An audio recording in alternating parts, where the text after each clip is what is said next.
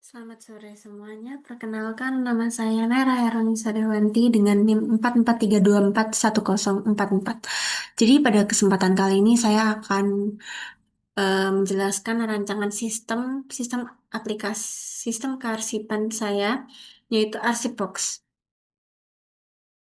Jadi Arsipbox sendiri ini terinspirasi dari tempat penyimpanan arsip tradisional untuk meletakkan arsip fisik secara rapi dan urut untuk mempermudah pencariannya. Nah, Arsipbox sendiri ini kemudian saya kembangkan dalam bentuk aplikasi digital untuk mempermudah pengguna dalam mengelola penyimpanan dan proses temu kembali arsip seperti itu.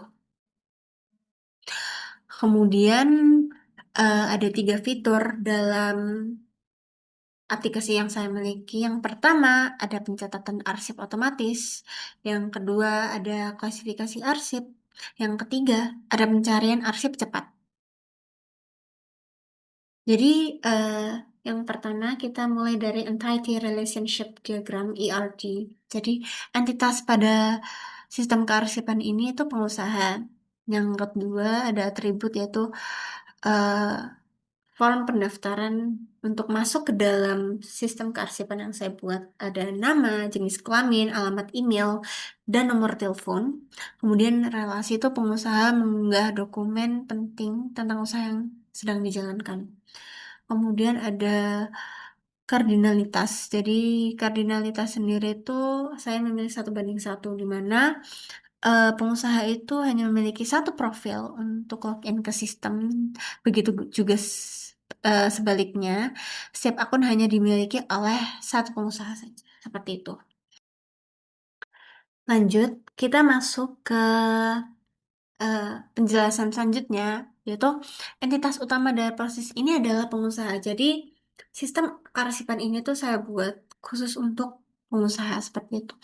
Atribut penting yang harus ada dalam form pendaftaran itu yang pertama ada nama, alamat email, serta nomor telepon.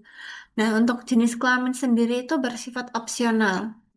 Kemudian pengguna akan melakukan pendaftaran terlebih dahulu bila belum memiliki akun seperti itu. Selanjutnya, pengguna akan memasukkan nama, alamat email, nomor telepon, serta jenis kelamin.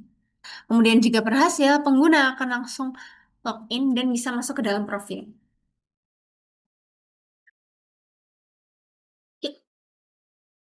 Oke, kita masuk ke sequence diagram. Jadi, dalam sequence diagram ini, aktornya sendiri itu ada pengusaha, admin, atau pencipta dari sistem kearsipan itu sendiri, yaitu saya. Kemudian ada bagian verifikasi data. Kemudian masuk ke objek. Objeknya sendiri ada 4. Yang pertama ada form pendaftaran, di mana pengguna harus mengisikan data diri. Yang kedua ada sistem verifikasi, di mana ini adalah bagian tempat untuk memeriksa keaslian dan kelengkapan data form tersebut. Yang ketiga ada database usaha, di mana itu adalah tempat untuk menyimpan data dalam basis data. Kemudian yang terakhir ada notifikasi. eh, jadi dalam notifikasi sendiri itu menampilkan hasil pendaftaran berhasil atau pendaftaran gagal. Nah, kemudian untuk live masuk ke dalam lifeline.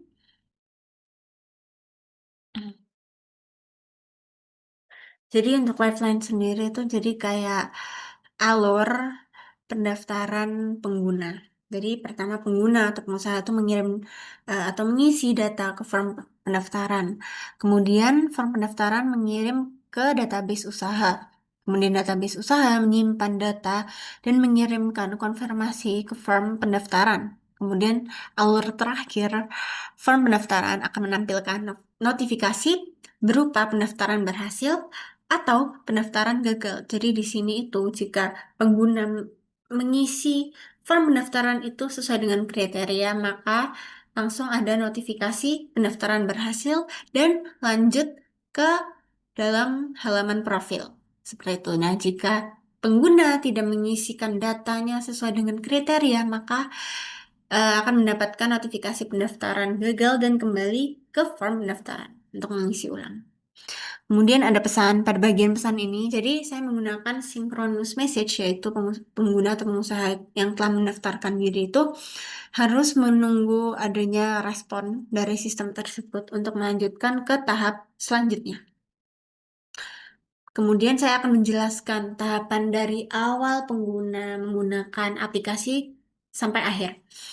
Jadi pada tahapan awal, pengguna akan melakukan pendaftaran pada form pendaftaran. Nah, lalu jika memenuhi syarat pendaftaran, seperti yang saya bilang tadi, akan langsung mendapatkan notifikasi pendaftaran berhasil dan langsung masuk ke dalam halaman eh, profil. Nah, jika gagal, akan kembali lagi ke form pendaftaran untuk mengisi ulang.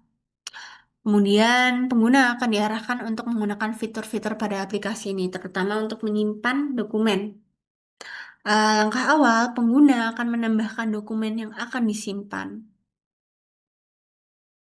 Jadi, eh, di langkah awal untuk menambahkan dokumen itu, nanti akan ditemukan icon plus seperti ini di pojok kanan bawah. Nah, jadi pengguna nanti akan menambahkan dokumen yang memang ingin dikelola di dalam aplikasi ini.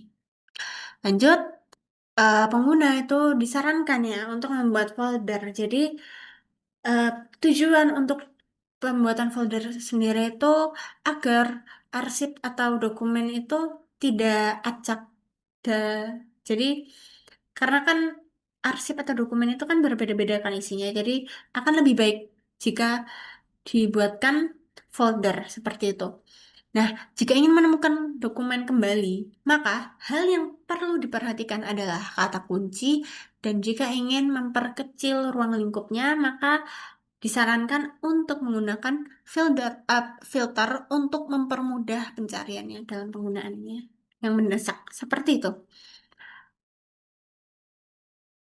Terima kasih atas perhatiannya. Mohon maaf jika saya ada kesalahan kata. Sekian dari saya. Terima kasih.